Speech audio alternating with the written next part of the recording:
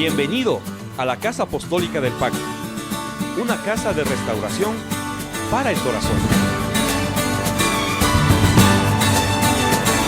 Reparemos el camino al Señor. Deseamos que este mensaje impacte su vida con poder de lo alto.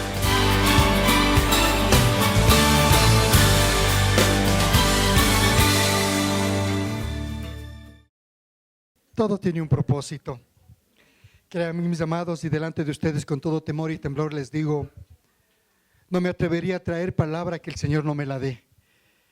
Y cuando el Señor me dio el tema, antes de predicarlo, ¿qué creen que hizo el Señor? ¿Con qué autoridad predicas si no las vives? Entonces, primero he sido probado y ciertamente que el Señor se ha glorificado. Dios es Dios de maravillas. Él hace absolutamente todo, Él tiene control de todo, ¿verdad? Bien, mis amados, vamos a continuar y les voy a agradecer toda su atención porque yo quería entrar de lleno al tema y el Señor me dijo no, por partes. Así que tienes la razón, doctorita, esta es otra saga. Pero esta tiene un propósito muy grande. Yo le puse un título, no sé, esperemos que así sea. Yo le puse tomando la tierra de bendición.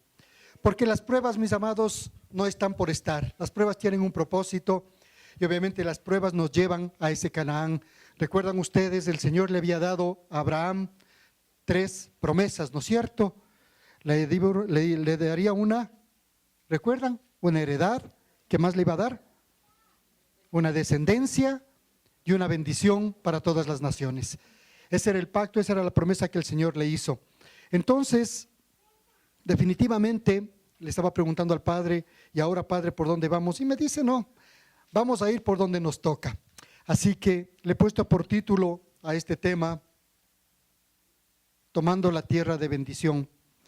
Y mis amados, ciertamente se trata de una estrategia espiritual que el Señor, el Abba, nos quiere dar para todos y cada uno de nosotros. Y el objetivo que el Padre tiene como propósito definitivamente es que nosotros como hijos de Dios alcancemos y tomemos las bendiciones que Él nos ha dado.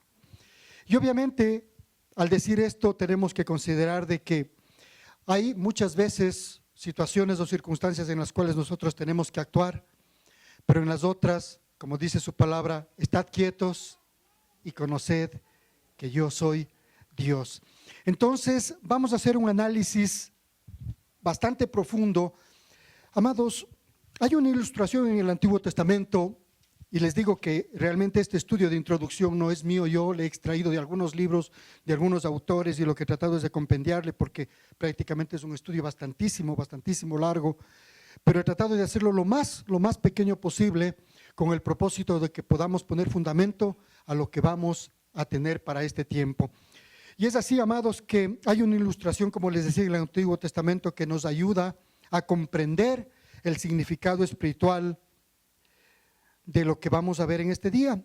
Y apunta obviamente al registro sobre la entrada de Josué a la tierra prometida. Si el Señor nos habló de pruebas, dice, nos habló de una heredad, nos habla de una tierra prometida. Entonces tenemos que saber cómo vamos a tomar esta tierra prometida. La tierra prometida no es un cuadro sublime del cielo, lugar a donde los creyentes luego de muertos van. La palabra nos enseña que la tierra prometida o Canaán representa, escuche por favor, ponga atención, una condición y una manera de vivir de los creyentes aquí y ahora. Entonces la tierra prometida es aquí y ahora. Eso tengámoslo por cierto. Bien, ahora, ¿recuerda usted el paso de Israel a través del desierto? No fue fácil, ¿no es cierto? No fue fácil, no fue algo fácil para ellos. Y fue solamente en la tierra prometida en donde ellos experimentaron el cumplimiento de la promesa de Dios. Y allí fueron muy, pero muy bendecidos. Nosotros también, amados, podríamos elegir entre permanecer en el desierto, donde no hay gozo, donde no hay contentamiento, donde no hay regocijo, nada es agradable, y obviamente escoger por acceder a la tierra prometida. Entonces en nosotros está, al igual que el pueblo de Israel, o nos quedamos en el desierto, en esa parte, en esos 40 años de desierto espiritual donde nada vemos, donde solamente es palabra, palabra, palabra y no vemos el cumplimiento de la promesa, o nosotros decidimos tomar la decisión y acceder a esa tierra prometida. A mí me llama mucho la atención, me voy a saltar de un lado al otro, pero a mí me llama la atención dos personajes de esta toma de la tierra prometida. Y aunque no es el motivo de tema para esta mañana, pero sí quiero hacer referencia. Miren, Josué definitivamente un hombre valiente, un hombre de guerra, un hombre que tomó la posta. ¿A quién? A Moisés, ¿no es cierto? Pero hay otro hombre que a pesar de haber pasado los años, nunca declinó su heredad. Él no estuvo dispuesto a abdicar ni tampoco a claudicar la bendición, y él se llama Caleb. Y a pesar de la edad que tenía, porque era un hombre ya anciano, decidió pelear y le dijo a Josué: mira, cuando estuvimos, Moisés me dio esa tierra. Y le dice, y a la edad que tenía, y le dice: dame ese monte, porque ese monte me pertenece. Y él a la edad que tenía fue y peleó y echó fuera. ¿Cuál era ese monte? Jerusalén. Pero miren, esto nos da una gran lección. No importa la edad que tienes, si es que ha llegado el tiempo del cumplimiento de las promesas de Dios para tu vida, no importa la edad que tengas, ni tampoco importa la condición en la cual te encuentres en lo natural, porque si espiritualmente estás establecido, simplemente está dado para ti el tomar la tierra prometida. Y ese es aquí ahora, mi amado, no es en el cielo, no, es aquí y ahora. Y eso es lo que el Señor quiere. Por eso Él venció, por eso cantamos: Él venció al mundo. Él venció y a Cristo lo hizo.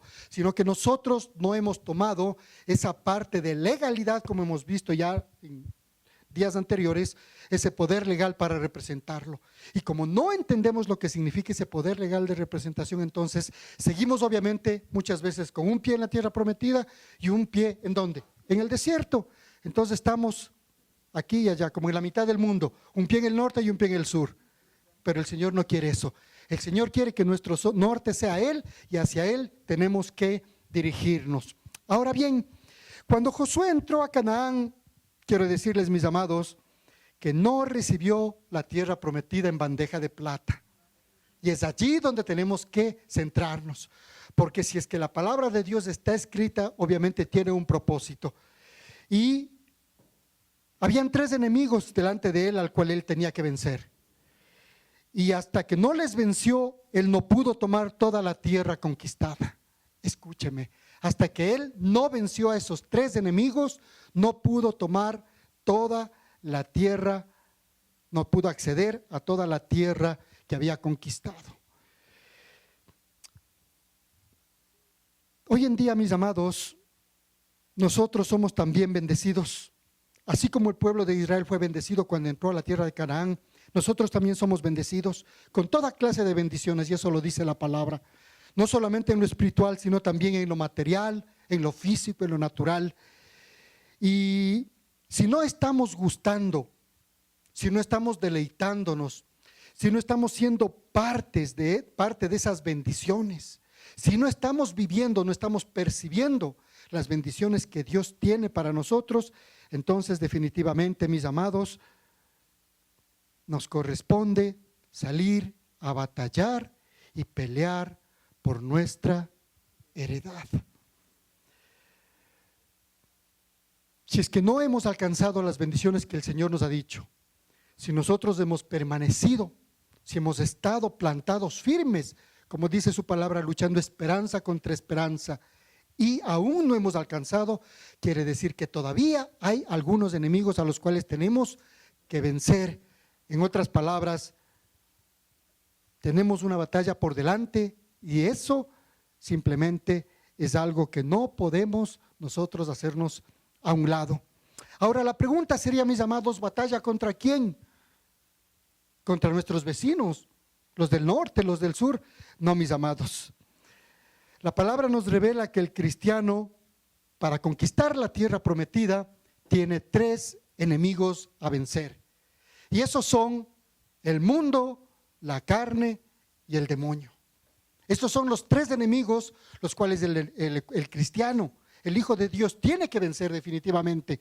Caso contrario, no podrá, al igual que Josué, no podrá disfrutar, no podrá tomar esa tierra, esa bendición que el Padre tiene ya como conquista asignada.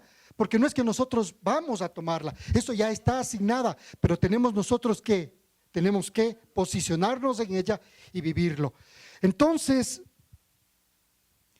el punto aquí, mis amados, es ¿cuál es el primer enemigo al cual Josué enfrentó al llegar a Canaán? ¿Y cuál es el enemigo que nosotros tenemos que enfrentar? Y vamos a entrar en esta serie, y es allí donde nos vamos a enfocar. Bien, el primer enemigo al cual Josué enfrentó al llegar a Canaán fue Jericó.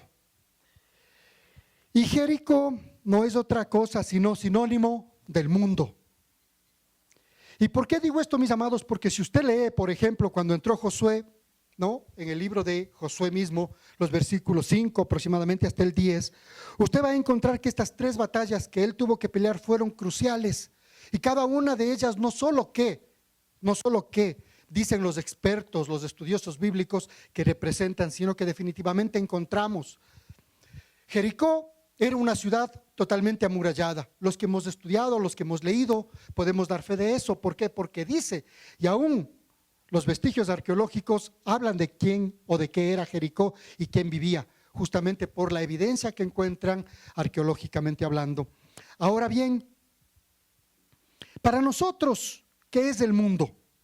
Y ahí es donde debemos enfocarnos. Primero identifiquemos contra quién vamos a pelear, porque así como por ejemplo en una guerra, cuando hay una guerra, yo no puedo ir con los submarinos a pelear en las montañas, porque no me sirve.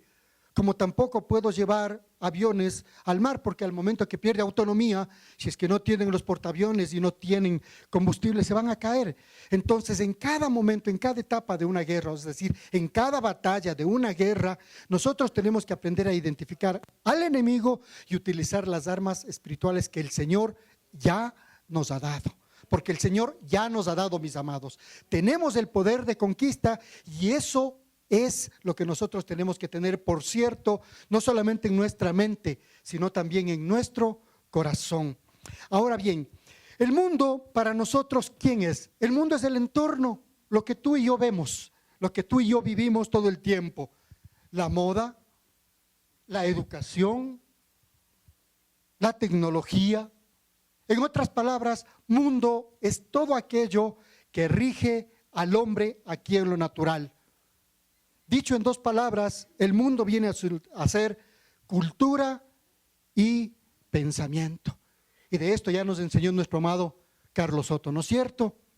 Eso es el mundo, cultura y línea de pensamiento. Diciéndolo de otras maneras, mis amados, es la sociedad actual en la cual nosotros vivimos. Eso es el mundo. Y esa es la lucha que nosotros tenemos. Cuando Abraham recibió la bendición, el pacto, y hubo una señal del pacto, como les decía, el Señor le ofreció tres instancias: una heredad, una bendición para todas las naciones y una descendencia. Y esto es cierto para nosotros también. Cuando habla de heredad, obviamente es la heredad en donde estamos, y nosotros tenemos que tomar esta tierra por heredad, el mundo, en otras palabras. Pero ahora vamos a la palabra y yo les voy a leer. Dice así en el libro de Salmos, capítulo 24, versículo 1. Dice: de Jehová es la tierra y su plenitud, el mundo y los que en él habitan. El punto es que si es que el mundo es de Jehová, nosotros ¿por qué vamos a pelear con el mundo? Si la palabra dice que es de Jehová. Algo pasó entonces, ¿no es cierto? Porque si tenemos que pelear y nos ha sido dado, entonces algo sucedió. No es que vamos a arrancar de sus manos, algo debió haber sucedido. Y para esto vamos al libro de Lucas, capítulo 4, versículo 6. Y el libro de Lucas habla cuando el Señor, tomado por el Espíritu, fue llevado al desierto, y en el desierto el diablo lo tentó. Y miren, la palabra registra y dice así: el diablo le dijo al Señor: a ti te daré toda esta potestad y la gloria de ellos, porque a mí me ha sido entregada y a quien quiero la doy. La pregunta es, ¿quién le entregó? ¿No es cierto? Porque dice, si a mí me fue entregada, ¿quién le entregó? ¿Cuándo sucedió esto? Esto sucedió cuando el hombre pecó. Cuando el hombre peca, le entrega el poder, es decir, cede los derechos que el hombre tenía al enemigo. Entonces el enemigo puede hacer y deshacer. Por esa razón, aún al Señor Jesucristo se atreve Satanás a decirle, porque a mí me ha sido entregada y a quien quiero la doy. Pero está hablando obviamente de ese poder, de esa legalidad en el mundo, Ahora bien, el enemigo, amados, retiene definitivamente su poder sobre el territorio que le ha sido asignado, que le ha sido concedido. Y no querrá permitirnos acceder a nuestra victoria y libertad sin presentar dura batalla. Esto es cuestión de pelear. Ustedes van a decir, mis amados, entonces, ¿por qué predicó las pruebas? Porque las pruebas te dan carácter. Y solamente alguien que tiene carácter puede enfrentarse a las pruebas, porque si no te tiras a llorar. Entonces lo que el Señor quiere en este tiempo, en cada uno de nosotros, en la iglesia, en el reino, es formar carácter. Porque solamente con carácter puedes vencer a los enemigos que tú tienes por delante. Son solamente 3, amado. Solo 3 son. Solo 3. Tienen poder, sí. Pero mayor es el que está en nosotros que el que está en el mundo. ¿Sí o no? Entonces es una pelea, es una batalla que puede ser vencida y de hecho ya está vencida. Y nosotros solamente tenemos que tomar esa posición. Ahora, mis amados, sobre este enemigo, el mundo, que hoy vamos a ver, Juan nos advierte algo. Y ahora sí les invito, vaya por favor a 1 de Juan capítulo 2:15. Dice así la palabra: no améis, ¿a quién? No a tu esposa ni a tu esposo. No améis al mundo. A tu cónyuge tienes que amar, a tus hijos tienes que amar, al prójimo tienes que amar. Dice, no améis al mundo ni las cosas que están en el mundo. Si alguno ama al mundo, el amor del Padre no está en él. Te repito, no améis al mundo ni las cosas que están en el mundo. Si alguno ama al mundo, el amor del Padre no está en él. Ahora, mis amados, si irremediablemente nosotros vamos a tener que pelear esta batalla, la pregunta es, ¿con qué arma? ¿Cómo lo vamos a hacer para vencer y tomar nuestra heredad? Y en el mismo libro de 1 de Juan vamos al capítulo 5. Y ahí está la respuesta. Y esto es lo que vamos a desarrollar esta mañana. Todo el que cree que Jesús es el Cristo es nacido de Dios, y todo el que ama al que engendra, ama también al que es nacido de él. En esto sabemos nosotros que amamos a los hijos de Dios cuando amamos a Dios y ponemos por obra sus mandamientos. Porque en esto consiste el amor a Dios, que guardemos sus mandamientos, y sus mandamientos no son gravosos. Porque todo el que es nacido de Dios vence al mundo, y esta es la victoria que ha vencido al mundo, nuestra fe. Porque ¿quién es el que vence al mundo, sino el que cree que Jesús es el Hijo de Dios? Amén. Quiero enfocarme en el versículo 4. Dice así: porque todo lo que es nacido de Dios vence al mundo. Y esta es la victoria que ha vencido al mundo, nuestra fe.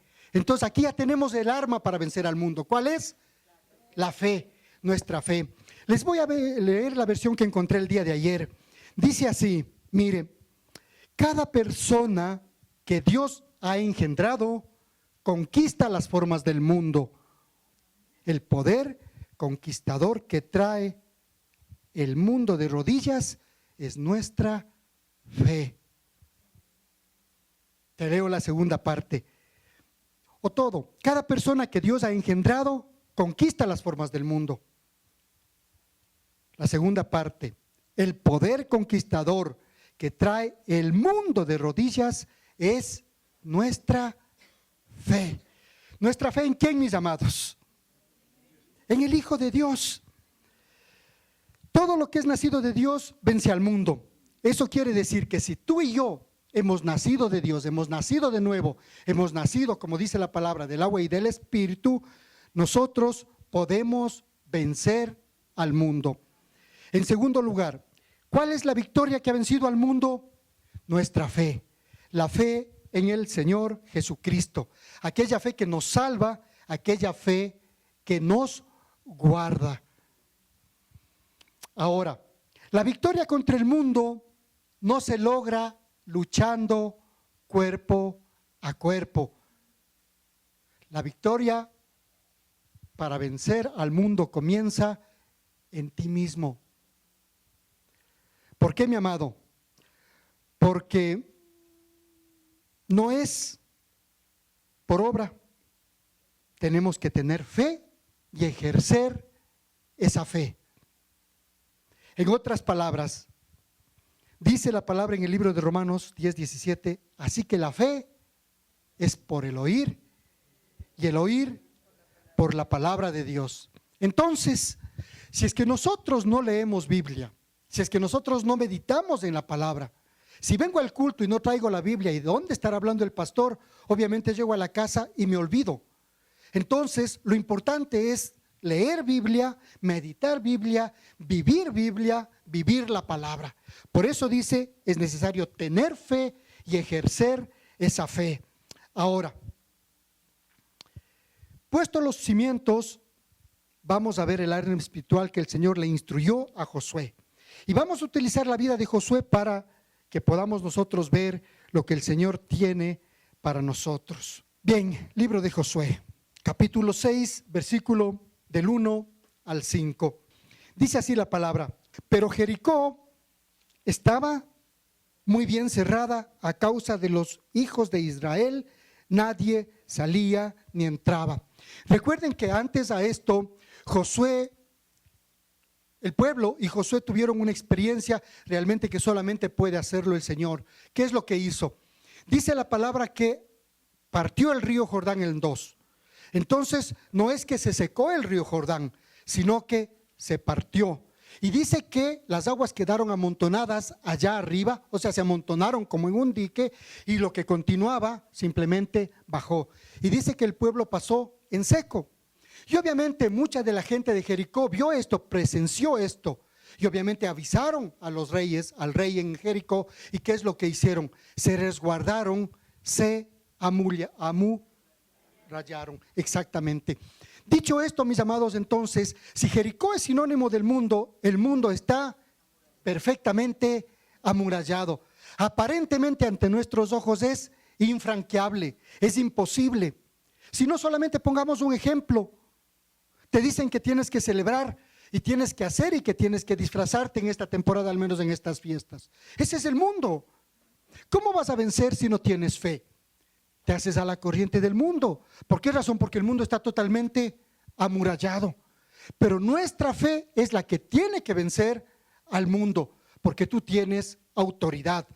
Bien, dice en el versículo 2, y el Señor dijo a Josué, póngale ojo a esto, mira, te voy a entregar en tu mano a Jericó. ¿Dice eso? No, ¿qué dice? Mira, he entregado en tu mano a Jericó y a su rey con sus valientes guerreros. Marcharéis alrededor de la ciudad, todos los hombres de guerra, rodeando la ciudad una vez, así lo harás por 6 días. Y 7 sacerdotes llevarán 7 trompetas de cuerno de carnero delante del arca, y al 7º día marcharéis alrededor de la ciudad 7 veces, y los sacerdotes tocarán las trompetas. Y sucederá que cuando toquen un sonido prolongado en el cuerno de carnero, y cuando oigáis el sonido de la trompeta, todo el pueblo gritará a gran voz, y la muralla de la ciudad se vendrá abajo. Entonces el pueblo subirá cada hombre derecho hacia adelante. Y Josué, hijo de Nun, llamó a los sacerdotes y les dijo: tomad el arca del pacto, y que 7 sacerdotes lleven 7 trompetas de cuerno de carnero delante del arca del Señor, tal cual el Señor le instruyó. Entonces dijo al pueblo: pasad y marchad alrededor de la ciudad, y que los hombres armados vayan delante del arca del Señor. Y sucedió que después que Josué había hablado al pueblo, los 7 sacerdotes que llevaban las 7 trompetas de cuerno de carnero delante del Señor se adelantaron y tocaron las trompetas. Y el arca del pacto del Señor los seguía. Los hombres armados iban delante de los sacerdotes que tocaban las trompetas y la retaguardia iba detrás del arca, mientras ellos continuaban tocando las trompetas. Pero Josué dio órdenes al pueblo diciendo: no gritaréis ni dejaréis oír vuestra voz, ni saldrá palabra de vuestra boca hasta el día que yo os diga gritad, entonces gritaréis. Así hizo que el arca del Señor fuera alrededor de la ciudad rodeándola. Una vez entonces volvieron al campamento y pasaron la noche en el campamento. Me detengo ahí. Aquí quiero extraer algunos versículos que son importantes. Primeramente, mis amados, el Señor le dijo a Josué, no es que Josué tenía una estrategia para sí mismo. En otras palabras, la estrategia vino de lo alto. La estrategia vino del cielo. El Padre mismo le dijo lo que iba a suceder. Pero cuando le transmite la misión y le dice, tienes que tomar Jericó, le dice, pero tú no vas a pelear con Jericó. No vas a contender, no vas a confrontar, porque esa ciudad ya te he entregado. En otras palabras, ya es tuya. En segundo lugar, el Señor le da una instrucción precisa a Josué.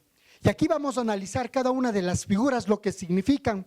Por ejemplo, dice, marcharéis alrededor de la ciudad, todos los hombres de guerra rodeando la ciudad una vez, así lo haréis por 6 días. No le manda a tomar la ciudad a los hombres débiles, le dice a los hombres de guerra, es decir, a los valientes, aquellos que tienen puesta su armadura, aquellos que espiritualmente hablando conocen de la armadura que el Señor les ha dado y tienen por cierto que lo que el Señor les ha asignado está destinado para este momento. Bien, en segundo lugar, versículo 4, dice así, y 7 sacerdotes llevarán 7 trompetas. El número 7 se refiere a qué, significa qué, plenitud o algo completo, ¿no es cierto? 7 sacerdotes llevarán 7 trompetas de cuerno de carnero delante del arca. 7 sacerdotes, habla de sacerdocio, lo que hemos estado hablando nosotros. Nosotros somos ahora una generación de sacerdotes. La misma palabra dice que nosotros somos un reino de sacerdotes para nuestro Dios. Si nosotros somos los sacerdotes, nosotros somos los llamados para este tiempo. Y dice que los sacerdotes, ¿qué es lo que hacían? Y 7 sacerdotes llevarán 7 trompetas de cuerno de carnero delante del arca. En otras palabras, el sacerdote tiene la autoridad en su boca. Escúcheme, tiene la autoridad en su boca para declarar, para decretar, para establecer. Esta lucha definitivamente no es por poder ni por fuerza, sino con su Santo Espíritu. Si tú conoces palabra, dice, ¿no? La fe viene por el oír y el oír por la palabra de Dios. Si tú conoces la palabra, vives palabra y estableces palabra, entonces estás siendo o tienes la capacidad para ser ese sacerdote que decreta palabra, que la establece y obviamente, ¿qué es lo que hace? Puede hacer retroceder a las tinieblas. Entonces, primeramente, el sacerdocio y los cuernos de carnero hablan del establecimiento de la palabra de Dios. Bien, esa era la estrategia. Luego, dice, y sucederá que cuando toquen un sonido prolongado con el cuerno de carnero, ustedes saben que dentro de las estrategias de tocar el cuerno de carnero, un sonido prolongado y profundo, ¿qué significa? Significa establecer el nombre de Yahweh. Entonces, cuando usted escucha un sonido largo, profundo y prolongado, lo que está haciendo, está invocando, está estableciendo el nombre de Yahvé, nuestro Dios. Y les dice así, y sucederá que cuando toquen un sonido prolongado con el cuerno de carnero y oigáis el sonido de la trompeta, todo el pueblo gritará a gran voz y la muralla de la ciudad caerá. Bien, ahora vamos. Tras de esto, ¿qué venía? Dice que venía el arca. ¿Qué significa el arca, mis amados? El arca significa presencia, el arca significa altar. Y aquí me detengo. Este tipo de guerra, cuando tenemos esta guerra contra el mundo, no puede ser si no hay altar, si no hay presencia. En otras palabras, no podemos salir de voluntarios a pelear una guerra que no nos compete sin antes no haber establecido un altar y una presencia. Miren, ¿sabe que estábamos con Vero, mi esposa, justamente porque ella está predicando altares, que luego nos vendrá a nosotros? Y cuando analizábamos la parte de los altares veíamos algo y a mí me llamaba la atención.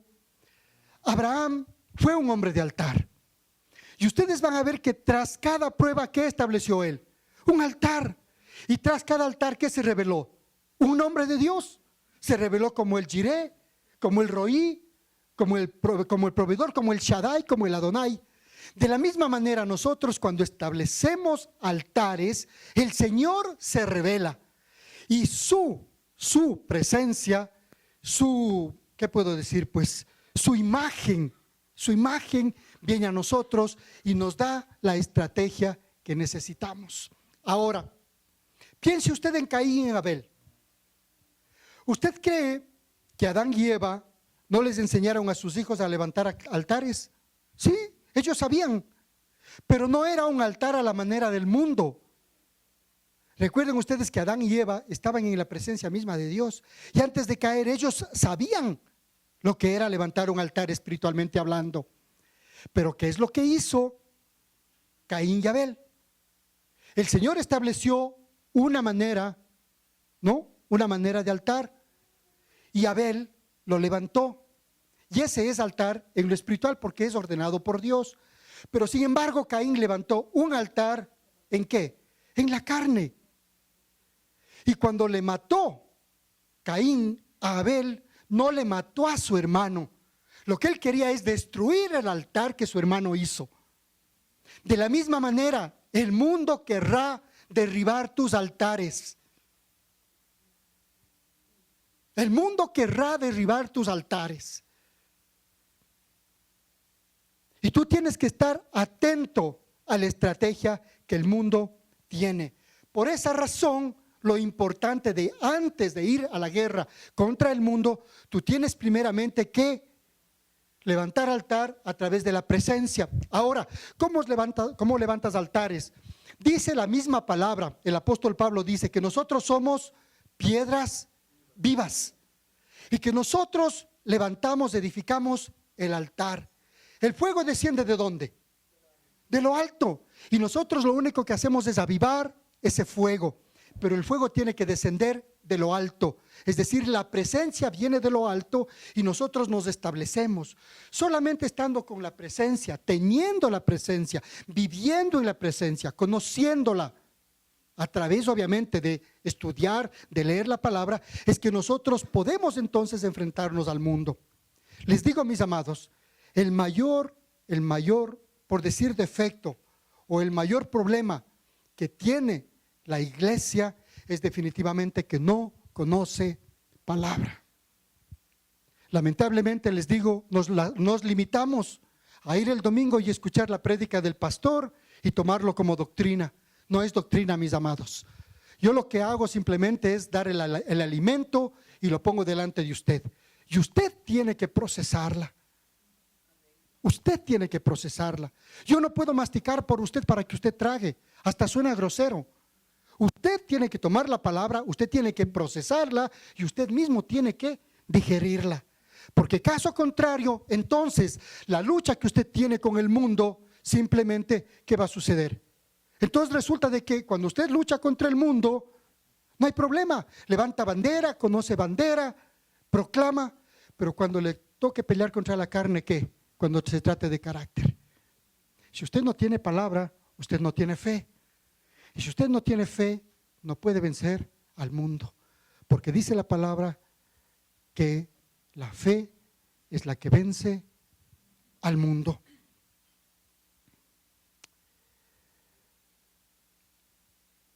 Nosotros, ¿por qué tenemos una pelea contra el mundo? ¿Recuerda usted lo que le dijo el Señor a Abraham? Sal de tu tierra y de tu parentela. No solamente era la tierra física, sino que también se refería ¿a qué? A las formas que se vivía allá en Ur de los Caldeos. A la manera que hoy vivimos. Idolatría básicamente, idolatría. Todo es ídolo. Yo te pregunto, mi amado, si es que tú no sabes qué es ídolo, es aquello que te cuesta dejar. Si es que tú te desesperas por llegar a la casa porque ya mismo comenzó la novela, pues simplemente ahí está tu ídolo. Si algo el Señor te ha dicho, dame, entrégame. Y si tú no lo entregas, ese es tu ídolo. Podemos hacer ídolo de los hijos. Muchas veces los idolatramos. Y el padre dice, disciplina, porque el padre que ama a su hijo, lo disciplina, porque caso contrario, no es tu hijo. Ahora ya no se acepta la palabra bastardo, pero la Biblia dice. Y sin embargo, como es mi ídolo, no lo puedo topar. ¿No ves que pongo mis esperanzas en él cuando sea viejito? ¿No ves que es mi Isaac? Y el Señor me dice, entrégame. Sal de las formas del mundo. Es idolatría. Idolatramos el trabajo. Idolatramos el trabajo. Si es que tú escuchas en tu trabajo que va a haber un tiempo de recortes, porque no hay presupuesto, porque no hay ventas, porque no se está produciendo, y te pones a temblar, ¿y ahora qué pasará? ¿Y cómo pago la casita y la educación de mis hijos? Amado, si el Señor te dio esa casa, el Señor lo va a pagar.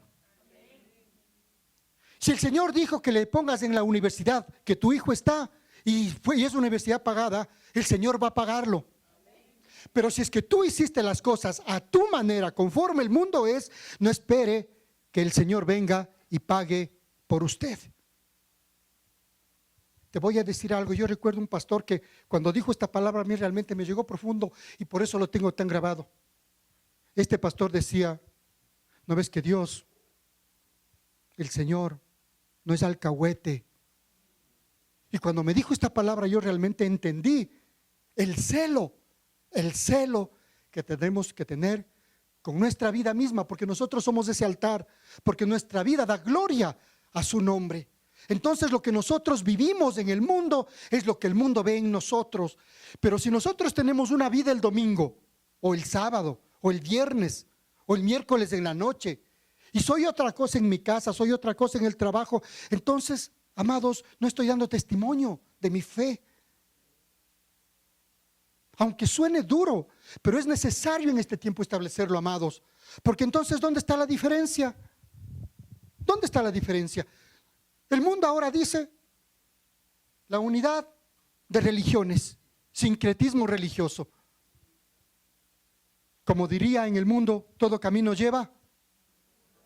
¿No es cierto? Y no es así, mis amados.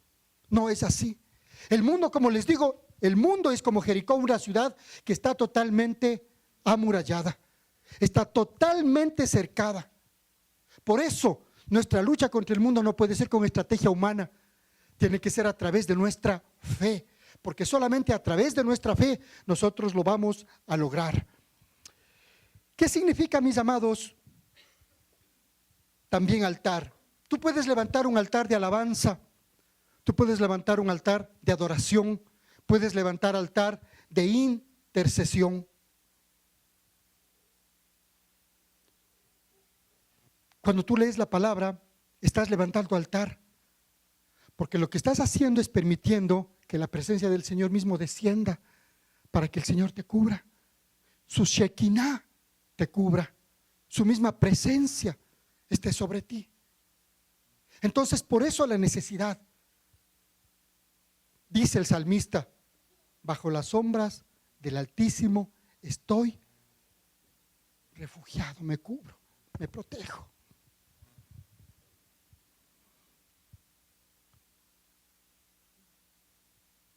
Cuando el Señor le dice al pueblo de Israel, marcharéis alrededor, el Señor no estaba probando más que otra cosa, mis amados. ¿Saben qué era?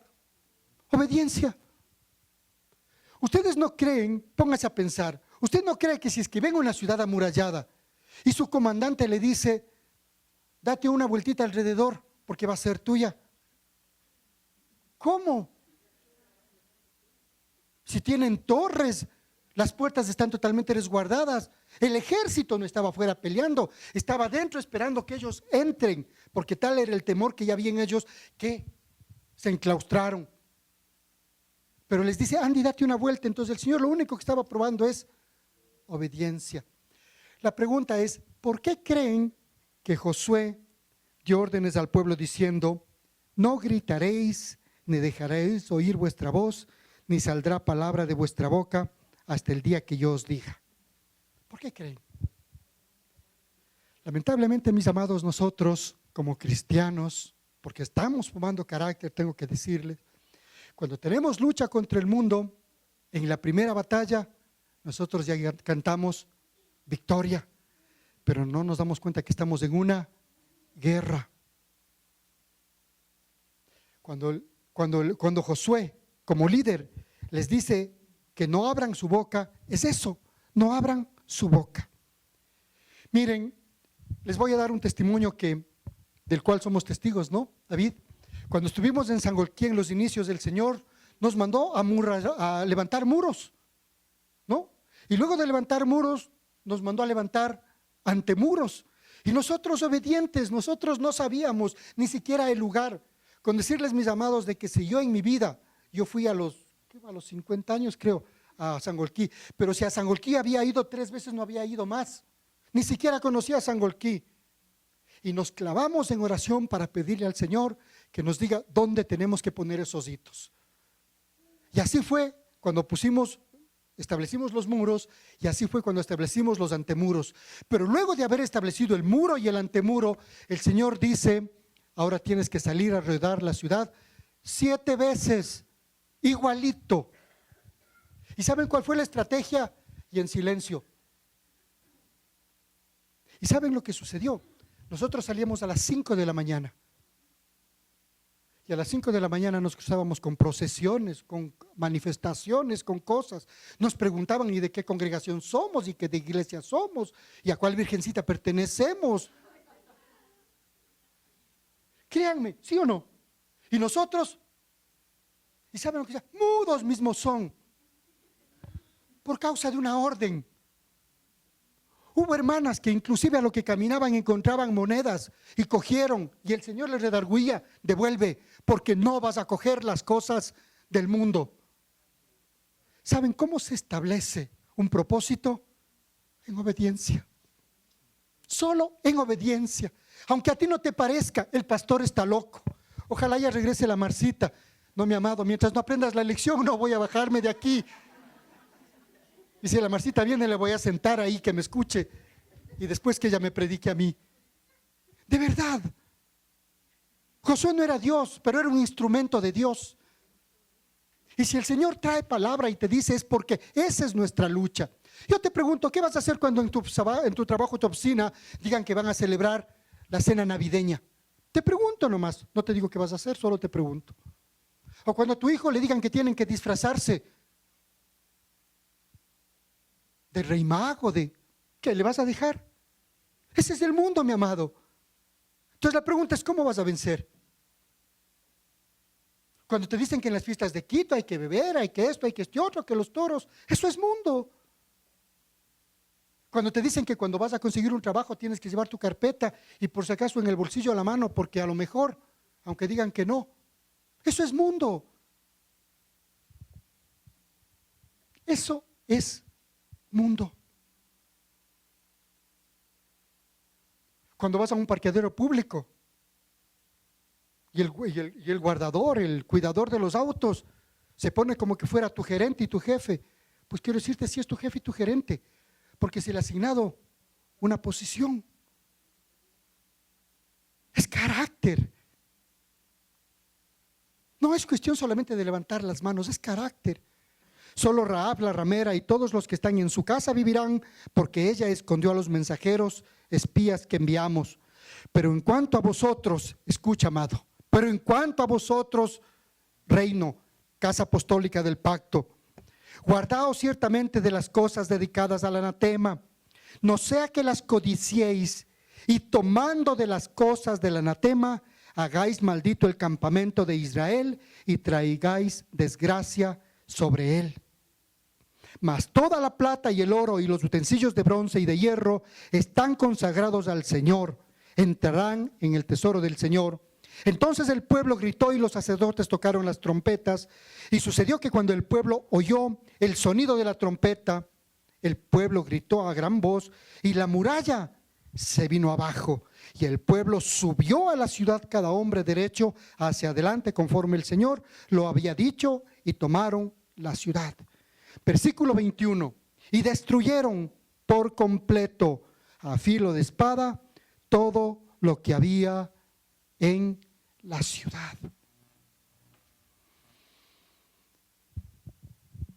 Vamos a ponernos ahora en la posición de Josué, mis amados, porque esto ya es claro. Josué dice la palabra que era un hombre de guerra. ¿Ustedes cómo creen que Josué pudo aceptar, que Josué pudo entender que esta estrategia no era una estrategia de hombre, sino una estrategia espiritual? Usted me dirá, porque el Señor le dijo, ¿verdad? Sí, el Señor le dijo. Vamos al libro de Josué mismo, pero al versículo 5, un poquito antes, capítulo 5, versículo 13, y aquí está la revelación. Y sucedió que cuando Josué estaba cerca de Jericó, es decir, aún no tomaban, estaba cerca de Jericó, levantó los ojos y miró, y he aquí un hombre estaba frente a él con una espada desenvainada en la mano. Y Josué fue hacia él y le dijo, ¿eres de los nuestros o de nuestros enemigos? ¿Sabe otra traducción lo que dice?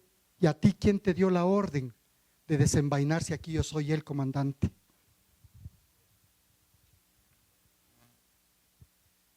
Es que él no sabía quién era.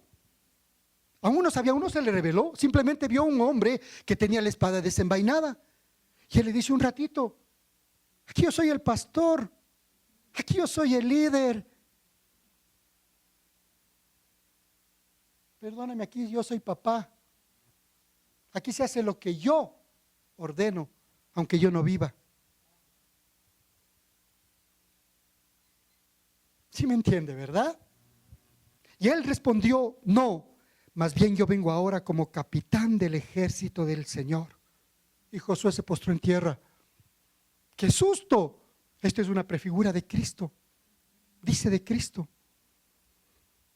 Porque cuando otras veces han habido siervos que se han postrado, dicen, no, levántate, yo soy un coigual. Entonces el capitán del ejército del Señor le dijo a Josué, quítate las sandalias de tus pies, porque el lugar donde estás es santo.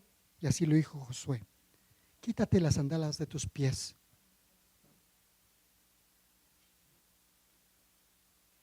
Quita tu viejo caminar. No vas a poder conquistar Jericó con la misma manera que has caminado en el mundo. Descálzate.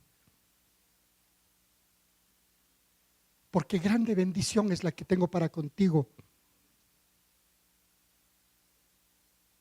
No puedes hacerlo a la forma del mundo. Así como a Abraham tuve que decirle que salga, a ti te digo, descálzate de todo lo que aprendiste. Ya no es la estrategia de Moisés, ni siquiera es estrategia tuya. En este punto, en este lugar, en esta situación, cuando tienes que conquistar Jericó, y Jericó representa el mundo, las cosas se hacen a mi manera, y la manera es fe. Hebreos 11:30 dice, por la fe cayeron los muros de Jericó después de ser rodeados por 7 días. Amén. Asimile, no le voy a dar la conclusión, que el Señor bendiga, que el Señor revele a su mente y a su corazón cuál es su lucha, cuál es el Jericó que usted tiene en su vida. No piense en el Jericó de su esposo, de sus hijos, no. Piense en su Jericó y piense cuál Jericó tiene que derribar. Amados, solamente les adelanto algo, caramelito para la próxima semana. La siguiente guerra es contra Jai, que significa la carne. ¿Saben por qué es la carne? Porque aún cuando el Señor le dice no tomaréis nada, Acán codició y guardó bajo su campamento. Salen a tomar Jai y son derrotados. Eres de los que declara presencia, declara gloria, pero cuando estás en la lucha contra tu carne, te rindes, entonces lloras, entonces gemir. Tenemos que aprender a ser coherentes. Tenemos que aprender a ser coherentes. ¿Por qué razón? Porque nuestra legalidad de representación no es al reino de reinos del mundo, es al reino de Cristo. Gracias por haber compartido con nosotros este tiempo de esperanza para su vida. Para obtener este y otros mensajes, visítenos en www.casaapostolicadelpacto.com.